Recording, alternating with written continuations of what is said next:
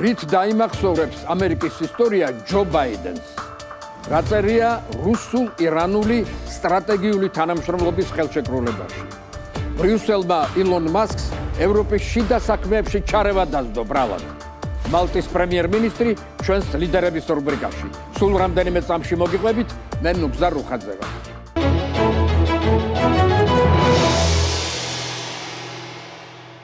გამარჯობა. ამერიკის ძველი ახალი პრეზიდენტის ინაუგურაციას სიახლეთა მომლოდინე მსოფლიო გაფაციცებით ადევნებდა თვალს. ცერემონიამ მშვიდობიანად ჩაიარა და ტრამპმა კიდევ ერთხელ შეაბიჯა ოვალურ ოფისში. თეთრი სახლის დატოვებამდე აწუკვე ყოფილმა სახელმწიფოს მეთაურმა ჯოზეფ ბაიდენმა იმ ოვალური კაბინეტიდან ამერიკელებს სიტყვით მიმართა. ეს მისი ბოლო გამოსვლა იყო, რომლითაც შეეცადა ამერიკელები დაერწმუნებინა, რომ ის კარგი პრეზიდენტი იყო და ამერიკის გაძლიერებისთვის ყველაფერი გააკეთა. თუმცა ბოლო სოციალური გამოკითხვები ადასტურებს, რომ ამერიკის მოსახლეობის უმრავლესობა მისი მმართველობის პერიოდს ნეგატიურად აფასებს. ლიბერალური CNN-იც კი ადასტურებს, რომ ბაიდენის მმართველობის ხანა ქვეყნის მოსახლეობის მხოლოდ 36%-მა შეაფასა დადებითად. ამერიკის ისტორიაში ეს პრეზიდენტის საქმიანობის ერთ-ერთი ყველაზე უარყოფითი შეფასებაა. ბაიდენის ადმინისტრაციას მთელი 4 წლის მანძილზე ძალიან დაბალი რეიტინგი ჰქონდა, რასაც დემოკრატები ცუდი დროის გავლენით ხსნიან. მოსახლეობის აზრით კი შეცდომების სიმრავლე თავად ბაიდენისა და მისი ამალის ბრალია. ბაიდენს არც ექსპერტები წყალობენ და არც დემოკრატების მორჩილი ლიბერალური მედია. პრესაში გამოქვეყნებული ერთ-ერთი კომენტარი ასეთი იყო: ამერიკის ყველა პრეზიდენტი თავისებურ მემკვიდრეობას ტოვებს, ზოგჯერ საუკეთესოები უშვებენ შეცდომებს და ხანდახან ყველაზე უარესები სწორად აკეთებენ საქმეს, მაგრამ ბაიდენის მემკვიდრეობა იქნება ყველაზე არაერთგვაროვანი. ცხადია, ბაიდენსა და მის ანტურაჟს ასეთი კრიტიკა არ მოსწონთ. ყოფილმა პირველმა ლედიმ ჯილ ბაიდენმა დემოკრატებიც და მოსახლეობაც წვავედ გააკრიტიკა.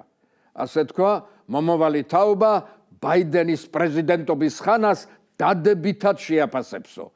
ამ დროს სპეციალისტები დაჟინებით ამტკიცებენ, რომ ბაიდენმა შეცდომაზე დაუშვა და ძალიან მძიმე მემკვიდრეობა დატოვა.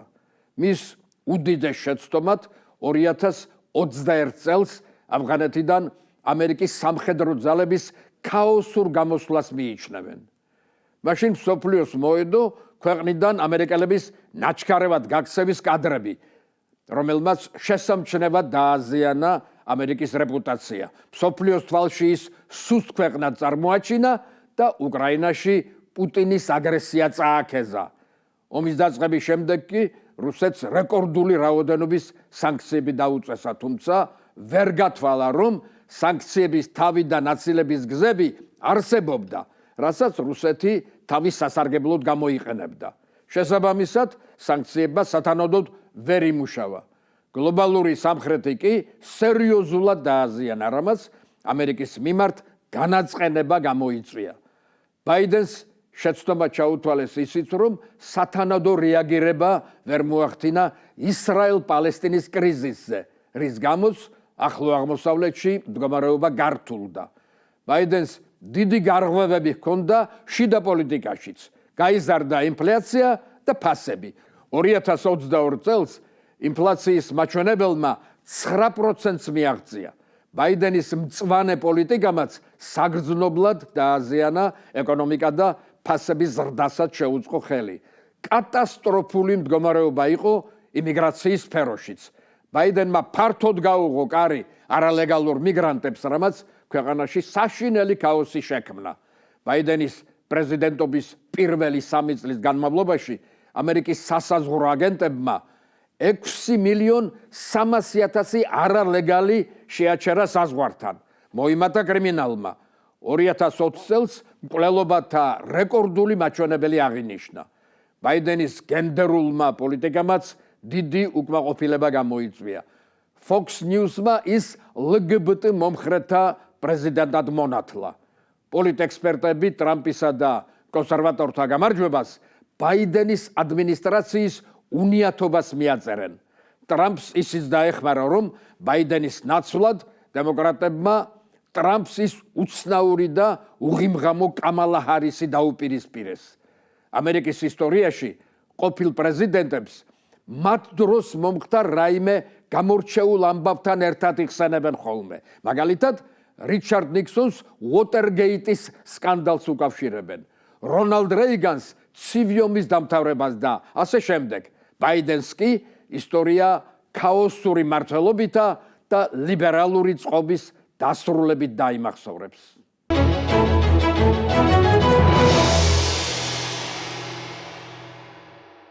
რუსეთისა და ირანის პრეზიდენტებმა პუტინმა და ფეზეშქიანმა ყოვლის მომცველი სტრატეგიული თანამშრომლობის ხელშეკრულებას მოაწერეს ხელი. როგორც პრესაში აღინიშნა, ტრამპის ინაუგურაციამდე რამდენიმე დღით ადრე ხელშეკრულების დადებით მხარეებმა ხაზი გაუსვეს, რომ ისინი თავიანთ პოლიტიკას არ შეცვლიან იმის მიუხედავად, ვინ იქნება ამერიკის პრეზიდენტი. გარდა ამისა, შეთანხმების გაფორმებით მათ დასავლეთს ანტიდასავლური ბლოკის შექმნა აცნობეს. ბლოკში, რომლის მიზანია ახალი მსოფლიო წესრიგის შექმნა, ჯერჯერობით მხოლოდ 4 ქვეყანა: რუსეთი, ჩინეთი, ირანი და ჩრდილოეთ კორეა შედის. აქვე ისიც უნდა აღინიშნოს, რომ დასახულ მიზანთან მიმართებით მათ მკვეთრად დაპირისპირებული ხედვები აქვთ. მაგალითად, საგამართოა ვინ იქნება ახალი წესრიგის ლიდერი და წარმატების გარანტი.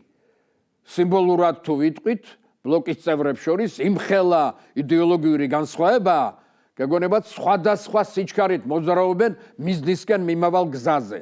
რაც შეეხება რუსეთ-ირანის ხელშეკრულებას, უნდა ითქვას, რომ მსგავსი 20 წლიანი ხელშეკრულება პირველად 2001 წელს დაიდო. 2020 წელს ირანის პრეზიდენტი ჰასან რუჰანი ხელშეკრულების განახლებას ცდილობდა, რადგან მაშინ ირანს თავისი ბირთვული პროგრამის განსახორციელებლად მხარდამჭერები სჭირდებოდა. ასეთი ხელშეკრულება უკვე ირანს გაფორმებული ჰქონდა ვენესუელასა და სირიასთან. რუსეთი სულაც არ ჩქარობდა ხელშეკრულების განახლებას. მდგომარეობა რადიკალურად შეიცვალა უკრაინის ომის დაწყების შემდეგ, როცა რუსეთს ირანის სამხედრო დახმარება დასჭირდა. ირანმა დაუყოვნებლივ შეასრულა რუსეთის თხოვნა. მას ბალისტიკური რაკეტები და საბრძოლო დრონები, შაჰიდები მიაწოდა, რომელთა დამსახურებაა უკრაინის ენერგოსისტემის წყობრიდან გამოყვანა. უფრო მეტიც, ირანის დახმარებით ყაზანში შაჰიდების მწარმოებელი ქარხანა ამუშავდა. ირანისა და რუსეთის კიდევ უფრო მეტ დაახლოებას დასავლეთის სანქციებმა შეუწყო ხელი. ირანი უკვე რამდენიმე ათეული წელია, რაც დასავლეთის მძიმე სანქციების ქვეშ ცხოვრობს. უკრაინის ომის დაწყების შემდეგ დასავლეთმა რუსეთსაც დაუწესა სანქციები. ამიტომაა, რომ ერთბედ ქვეშ მყოფი რუსეთი და ირანი ერთმანეთს ეხმარება. შეიქმნა მათ შორის ფულადი გათარიცხების ახალი სისტემა. ირანმა რუსეთის საკრედიტო ბარათი მირი აღიარა, საფუძველი ჩაეყარა ეგრეთ წოდებულ დედოლარიზაციას. რუსულ-ირანული ხელშეკრულების გამოქვეყნებამდე დასავლეთს ერთი რამაც უხებდა. იქნებოდა თუ არა ირანთან დადებული ხელშეკრულება რუსეთ-ჩრდილოკორეული ხელშეკრულების ანალოგი. შეგახსენებთ, შარშან პუტინმა და კიმ ჩენ ინმა ყოვლის მომცველი სტრატეგიული პარტნიორობის ხელშეკრულებას მოაწერეს ხელი. შეთანხმებამ დასავლეთი შეაშფოთა, რადგან დოკუმენტში აგრესორისგან საერთო დაცვისა და შესაბამისი დახმარების გარანტიებია გაწერილი. დასავლეთ სწორედ ის აინტერესებს რუსულ-ირანულ ხელშეკრულებაში, თუ არის გათვალისწინებული ასეთი სამხედრო თავდაცვითი ალიანსის შექმნის პერსპექტივა, მაგრამ დასავლეთის შეშები არ გამართლდა. რუსულ-ირანულ ხელშეკრულებაში მსგავსი არაფერი წერია. ამ გახმაურებულ დოკუმენტში მხოლოდ ერთი რამაა ნახსენები. რუსეთი და ირანი უბრალოდ შეთანხმდნენ, რომ ერთმანეთის მტრებს არ დაეხმარებიან. ეს პუნქტი ცალსაღად ადასტურებს რომ მხარეები არ აპირებენ სამხედრო ალიანსის შექმნას. ექსპერტების აზრით, რუსეთს ხელს არ აძლევს ირანთან სამხედრო ალიანსის შექმნა, რადგან ამით ისეთ სახელმწიფოებს გადაიკიდებს, როგორიცაა სპარსეთის ყურის ქვეყნები და ისრაელი. უკრაინის ომით დასუსტებულ რუსეთს კი ასეთ რისკზე წასვლა არ შეუძლია. რუსეთი ირანს როგორც ეკონომიკურ პარტნიორს ისეხედავს.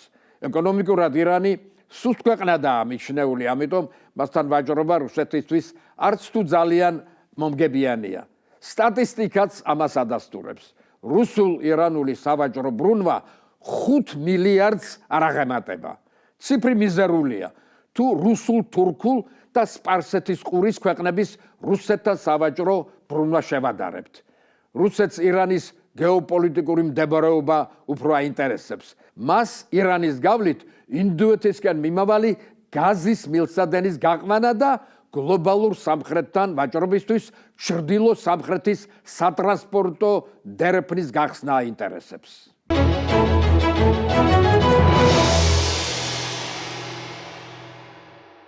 23 თებერვალს გერმანიაში რიგგარეშე საპარლამენტო არჩევნები შედგება. საარჩევნო კამპანია უკვე ცხელ ფაზაშია შესული. შეგახსენებთ, რიგგარეშე არჩევნები 3 პარტიისგან შემდგარი მმართველი კოალიციის დაშლის გამო დაინიშნა. არსებობს ვარაუდი, რომ ამ კოალიციიდან ვერც ერთი პარტია პირველ-მეორე ადგილს ვერ დაიკავებს, რაც ისეთი მსხვილი ტრადიციული პარტიისთვის, როგორც სოციალ-დემოკრატიული პარტიაა, უაღრესად საგანგაშოა. ბოლო გამოკითხვების მიხედვით პირველ ადგილზე ქრისტიან-დემოკრატები გავლენ. მეორეზე კი ულტრამემარჯვენე პარტია ალტერნატივა გერმანიისთვის.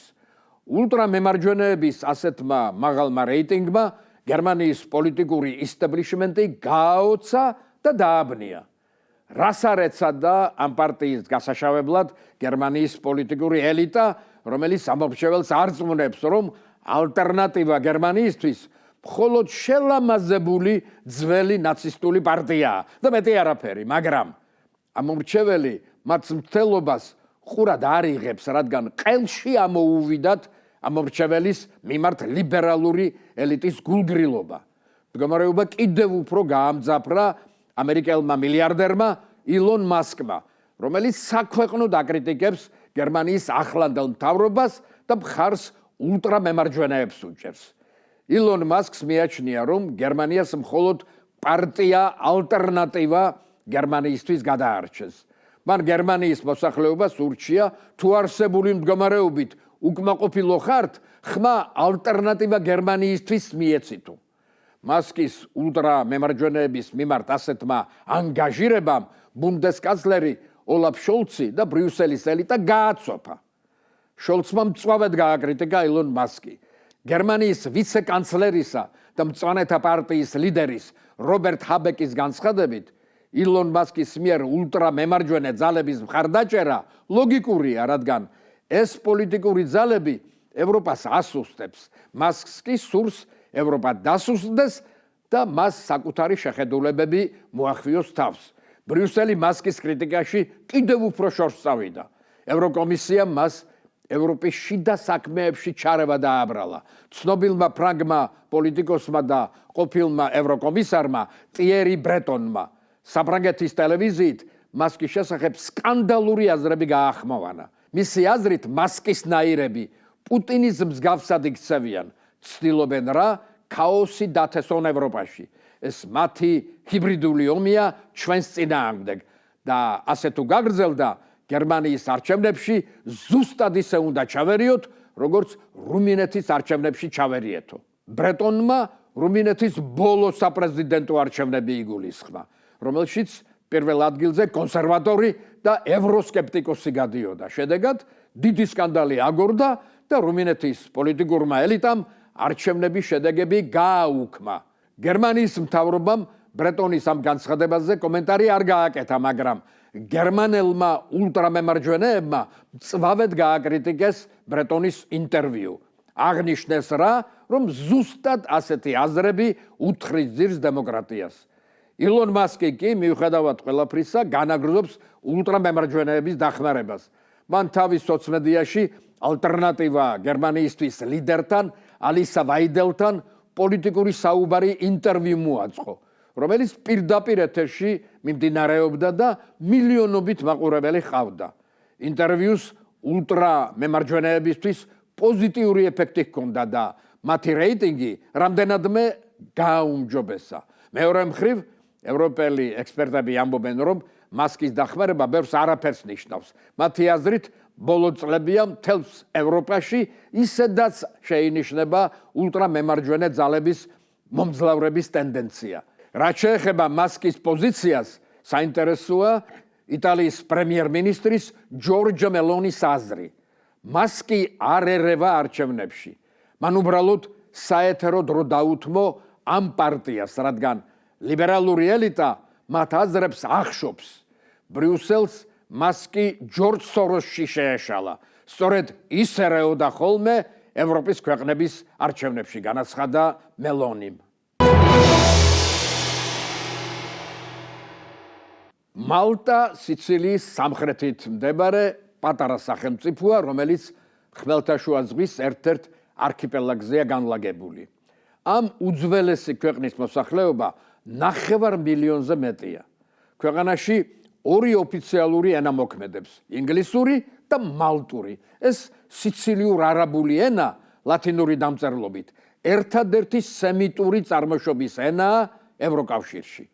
პირველმა ადამიანმა კუნძულებს ქრისტეს შობამდე 5900 წელს შეაფარა თავი. აკი ქვეყნის სახელის მალტა თავშესაფარს ნიშნავს. აფრიკის, ევროპისა და აზიის გზაჯვარედინზე მდებარე კუნძულები 1000 ჯურის დამპყრობელს იზიდავდა საუკუნეების მანძილზე. აქ რიგრიგობით ბატონობდნენ ფინიკიელები, რომაელები, არაბები და ნორმანები. კუნძულის სტრატეგიული მნიშვნელობა იმდენად დიდი იყო, რომ ნაპოლეონს უთქვამს, მირჩევნია მტერი მონმარტრიდან დავინახო, ვიდრე მალტაზეო. მაგრამ ფრანგებმა მალტა ვერ შეინარჩუნეს. მე-19 საუკუნეში ის ინგლისმა თავის კოლონიად აქცია. 1964 წლიდან მალტა დამოუკიდებელი, 2004-დან კი ევროკავშირის წევრი სახელმწიფოა, თუმცა ევროპის სხვა ქვეყნებისგან განსხვავებით ნატოში არ გაერთიანებულა. დღევანდელი მალტა თავისი უძველესი არქიტექტურით, მიწისქვეშა ნაგებობებით, კრიალა წყლებითა და ბრწყინვალე სერვისით ტურისტულ სამოთხედაა მიჩნეული. მალტა საპარლამენტო რესპუბლიკაა, რომელსაც პრემიერ-მინისტრი მართავს. მალტის დღევანდელი ლიდერი 47 წლის რობერტ აბელაა. ის ცნობილი პოლიტიკოსის ოჯახში დაიბადა. მამამისი ჯორჯ აბელა 2009-დან 2014 წლამდე ქვეყნის პრეზიდენტი იყო. რობერტ აბელას დედა, ქალბატონი მარგარეტ აბელა, ვალეტას უნივერსიტეტის იურისტი გახლდათ და მოგვიანებით მეუღლის იურიდიულ კომპანიას ხელმძღვანელობდა. რობერტ აბელამ სკოლა წარჩინებით დაამთავრა და მალტის უნივერსიტეტის იურიდიულ ფაკულტეტზე განაგრძო სწავლა. ახალგაზრდობაში ფეხბურთს თამაშობდა. მალტის ახალგაზრდული ნაკრების მეკარე იყო.